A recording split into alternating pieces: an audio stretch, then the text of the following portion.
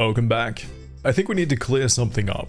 When I first started this channel, I said, things are great with game development, but I'm not going to sugarcoat it. And looking back at my videos, I think maybe I've been neglecting to talk about some things and haven't been keeping it brutally honest.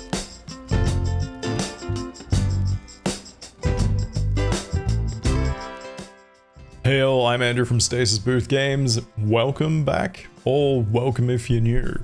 I'm currently developing We Are Not Alone, a hybrid first-person horror and third-person adventure game. If you haven't seen the gameplay trailer, I highly recommend you click this little card and check it out. I'm really excited about it. As I said before, I think I've been unknowingly glossing over a few things in my indie game dev journey.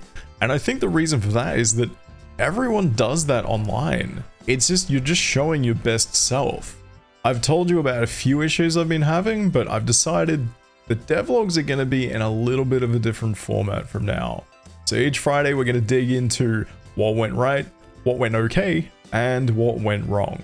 And just to be sure, I'm doing a journal every single day, just to make sure I'm not missing anything. Because you can always look back on your week and go, okay, what happened Tuesday? Yeah, I think I felt a bit off. Okay, right. You just don't know. So I'm just keeping a journal. I'm writing more things down. So let's dig right into it. Actually, before we do, I thought I'd just do a quick overview of what I am working on. I mentioned it slightly in the intro, but I just want to explain exactly what We Are Not Alone is.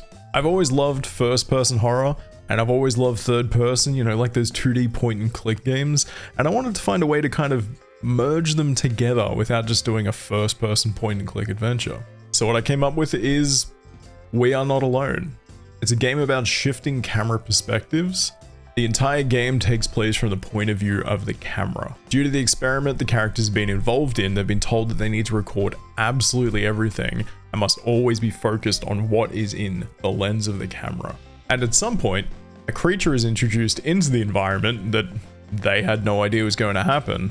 Maybe it broke in. You'll have to play the demo and find out when it's available. You can always click the link in the description to sign up to know when the demo is available. So a creature is let loose onto the facility, and if you look at it, if you meet its gaze, you're gonna die.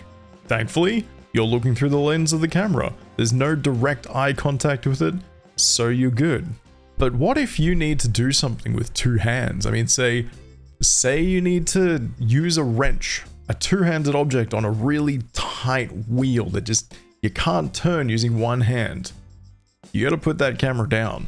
And you no longer have the safety of your camera lens to protect you from the gaze of the creature. So just a little different twist on horror and how camera mechanics work in games.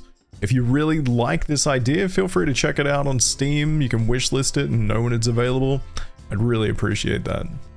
So what went right this week? Quite a bit, actually. I'm doing a lot of preparation in terms of getting the demo ready, as I've been saying for months now. I'm getting the Kickstarter page ready to launch. All the information is in there, so that's good to go. Just confirming all the company details. I got the full intro puzzle sequence finalized. It's been tested so many times by myself. Obviously, I'm going to get other people to test it, but I've gone through that so many times, added so many checks and balances just to make sure that you can't break it. But I know what'll happen. As soon as someone goes to play it, they're gonna break it immediately. I finished the lighting on all the main scenes.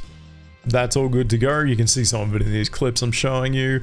Added in a few new little scares, which I'm not gonna spoil for you. I've already spoiled a few of the scares, and I don't really want to do any more. And I put a few cool little things in that no one's really gonna notice. When you use the sink and it gets blocked, and then it starts another puzzle you need to solve, you'll see that if you pick up the camera and actually walk over to it, it's actually full of water.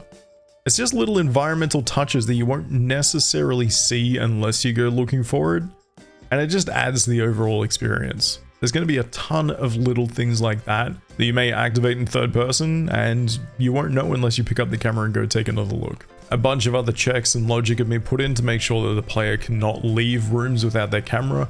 Remember, it's dangerous without the lens. And they also can't try and solve puzzles that they haven't even started yet. Again, just all these checks and balances and making sure that people, not that they can't do things out of order, but that they can't solve half a puzzle that hasn't yet been triggered. what went okay this week? Well, not much was in the okay middle kind of section. I had to pay the amount of to an accountant, which I really was not expecting that cost. Well, I was expecting a cost, but that was much higher than I thought. It was necessary, but wow. And before we get into the what went wrong, cat break. Here's a photo of when she transformed into a couch last night. And here's more videos of her getting more confident outside. She just seems to like walking around a lot, and it's really, really nice. She screams at the door every morning for her walkies now. She did see another person though, freaked out, scratched me up and ruined one of my favorite shirts. Take a look at this. That was a lot of fun yesterday. Alright, so onto the what went wrong. So as I said, I've been keeping a journal just so I can see exactly what's going on, what I'm still struggling with, and so I can actually remember to tell you and not just gloss over and say things are going fine. The other day I was struggling, and it wasn't motivation, but it was with the planning side of things, and it was just stopping me from doing anything. I can put all my tasks into project management tools, but the thing is, with making a horror adventure game, there's all these complex interactions when it comes to the puzzles or the variables, and I was just having trouble figuring out how to put that into words and into something coherent. So I've got my project management tools on one hand, and then I've got like the flowchart software. So I can use the flowchart software to kind of map things out, put in the locations, put in the variables, but I can't link it to the tasks in the project management tool. And it was just doing my absolute head in. If you know of a tool that does this, where it's got flowcharts with links to the project management tasks and everything, let me know, because I would love that. But on that day, I was just thinking, like, I can easily go ahead and start working on something, and that's fine. But I just couldn't get all the interactions that were in my head that needed to be done onto paper. And in the end, I just had to pick a task and just start mapping that out. And once I actually started working on it, it became a lot clearer. I'd still love to be able to pre-plan all that and just have the task list. But sometimes, yeah, you've just got to grab a task, start, get out of your head, because I was just stuck in this space of I can't plan this. So get out of your head, just do whatever, fix it later. Sometimes I just seem to have to do that. And the other thing that went wrong this week, well, kind of went wrong, but kind of went right. So I decided that the trailer that was on the Steam page, the intro was a little bit too long. There was too much of the walking before the character spoke and then did the camera transition. So I wanted to make it a bit punchier.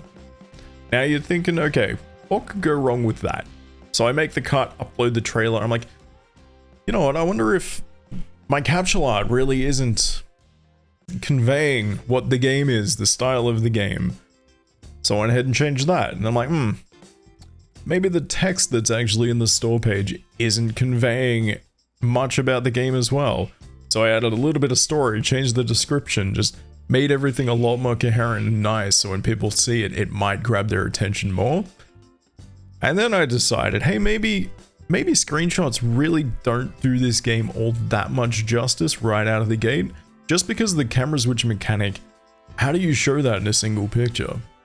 So then I created a GIF and uploaded it to the store page. So yeah, when I say all these things, it's a really good change, but it went wrong in that took up half a day that I wasn't expecting. So to me, that is something that went wrong, but could potentially be something that does me a lot of good in the future. And the final thing that went wrong actually does relate to this store page stuff. So I finish at the end of the day whenever I decide to, and I'm like, hey, all right, I'm just gonna chill, I'm just gonna play a game. And that's when these things kind of creep in. Like my brain, I just can't shut it off at the moment, and that's a problem. I'll go to play a game and I'm just thinking, hey, why aren't I working on my game? Even if I've spent like a good 6 to 8 hours that day already doing it, my brain's still wanting me to continue working on the game, continue to push myself harder, which is great, but not at the expense of never being able to just relax. As I said in this week's topic video on Wednesday, I get to a point where I'm trying to relax, I'm trying to even go to bed, and my brain is just doing some weird shit in relation to my game. where it's wanting me to work on it or it's telling me it's absolutely crap. If you haven't seen that video, it's up here. It's all about internal versus external criticism, and I'm really happy with that video.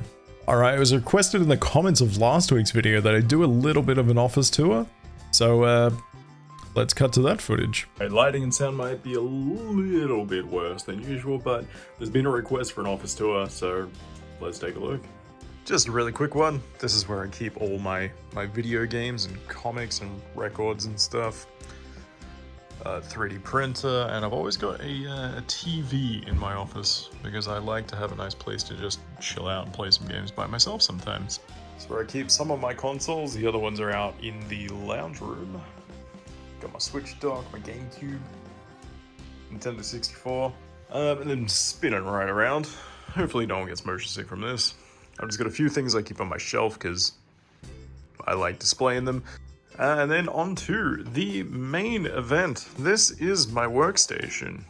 I've got some lovely little printouts from an article that someone wrote on 7th Chance, and then a bunch of the good reviews that my partner got printed out and framed for me, which was really, really sweet of her. You see up here, one of my main sources of inspiration is Space Quest 3. Space Quest 3. Again, these prints, who was it by? Jim Ferguson. He does really, really cool work. And I just love looking at those all day. I've got another one on the shelf that we just looked at before. Just had to change the angle and do a little bit of a zoom out.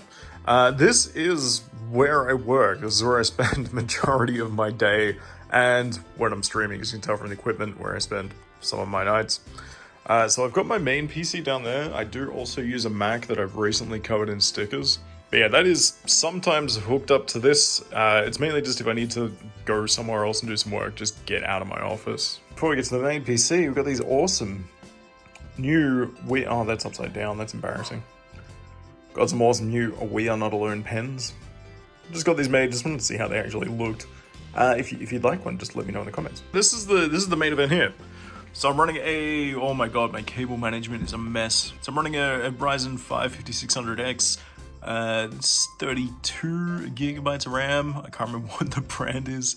Got some water cooling on the CPU and a 3080 Ti sitting in there as well. And last but not least over here, oh actually, notepads, notebooks, pens, everything. Cat. I talk a lot about taking notes. I have notebooks all over the place. And these are basically the only figures apart from like a Boba Fett pop vinyl I've got on my desk. But yeah. That's a studio tour. So overall, I think things are progressing really well. The Kickstarter page is ready to launch once everything's finalized in terms of the company and the rewards. I've got my accounting sorted out and the demo is actually progressing and shaping up really nicely. The issues I'm still constantly facing seem to be revolving around motivation and procrastination and just not being able to switch off. And that's one of the things I really wanted to touch on, is that I've made videos on these topics of the things I'm still struggling with. And it's very important for you to know that, okay, I'm doing these videos, you're watching these videos, taking the skills from them.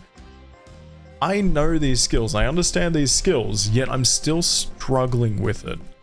Knowing it helps, applying it helps, but there's no magic fix. You are still going to encounter these struggles. So if you've watched my videos, just know that you may still struggle, I still struggle. You're not alone. That about wraps up this video. Thank you very much for watching. Please like, share, subscribe. I would really appreciate that. And if you've got time to check out the Steam page for We Are Not Alone, there is a link in the description. And finally, if you would like to know when the demo for We Are Not Alone is available, just follow the link in the description and sign up for the newsletter. And as always, stay indie.